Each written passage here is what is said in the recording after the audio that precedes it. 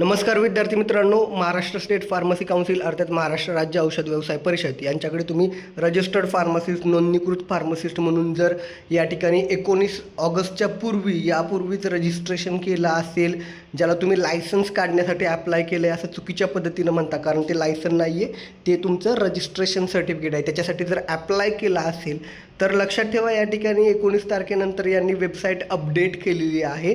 सुविधा अधिक सुलभ व्हाव्या यासाठी त्यांनी डिजिलॉकरचा पर्याय उपलब्ध करून दिला आहे. ही सगळी प्रोसेस आहे आत्ता नव्यानं सुरू होत आहे. वेबसाईट देखील अपडेट होत आहे. त्यामुळे ज्यांनी या अगोदर रजिस्ट्रेशन केलेलं होतं त्यांना या ठिकाणी लॉग इन करता येत नाही आहे. लॉग इन करून त्यांचं जुनं स्टेटस ट्रॅक करता येत नाही आहे. शिवाय जे नव्यानं आत्ता रजिस्ट्रेशन करत आहेत, ज्यांना आता या ठिकाणी कोणत्याही पद्धतीचे आयडेंटिटी स्लिप आणि इतर डॉक्युमेंट लागत नाही, फक्त अंडरटेकिंग आणि बेसिक डॉक्युमेंटवरून रजिस्ट्रेशन होतं आहे, त्या प्रोसेसमध्ये पण अनेकांना डिजिलॉकर वेळेस काही अडथळे येत आहेत. तर लक्षात ठेवा, जेव्हा एखादं नवीन अपडेट येतं तर ते फुल प्लेजवरती स्मूथली चालण्यासाठी, त्या वेबसाईटला प्रॉपरली रन करण्यासाठी, त्याच्यामध्ये काय एरर येत आहेत, समस्या येतात, या दूर करण्यासाठी हा वेळ लागत असतो. दरम्यान तुम्ही या ठिकाणी नोटीस देखील बघू शकता, ज्यांनी याआधीच ऑलरेडी रजिस्टर्ड फार्मासिस्ट तुम्ही असाल तर या ठिकाणी पुन्हा नव्यानं रजिस्ट्रेशन करू नका. एक्झिस्टिंग डेटाबेस त्या ठिकाणी अवेलेबल होईपर्यंत तुम्हाला सध्या वेट करायचं आहे.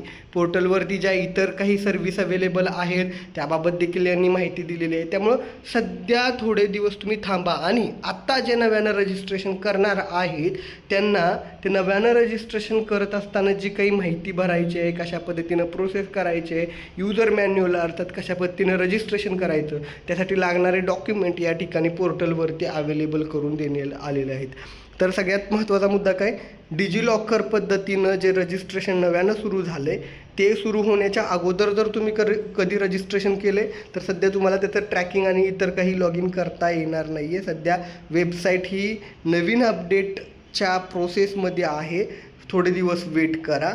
जे आत्ता नव्यानं रजिस्ट्रेशन करतायत, ज्यांना डिजिलॉकर पद्धतीनं रजिस्ट्रेशन करायचं आहे आत्ता नव्यानं, म्हणजे आत्ता पासआउट झालेले डी फार्म किंवा बी फार्मचे स्टुडंट आहेत, त्यांनी देखील थोडंसं वेट करा. वेबसाईटवरती काही ग्लिचेस आहेत, थोडा वेळ लागू शकतो, त्यामुळे वेट करणं हाच एक पर्याय आहे. एक साधारणपणे 5 ते 6 दिवसानंतर वेबसाईट पुन्हा स्मूथली चालते का पाहून रजिस्ट्रेशन करा.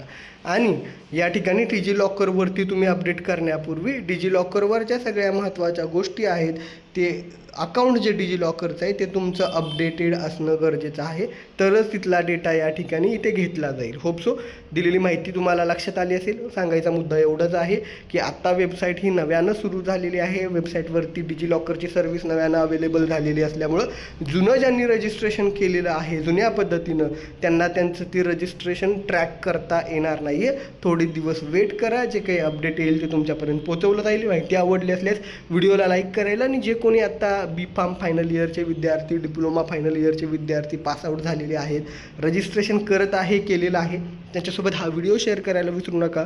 धन्यवाद. थँक्यू.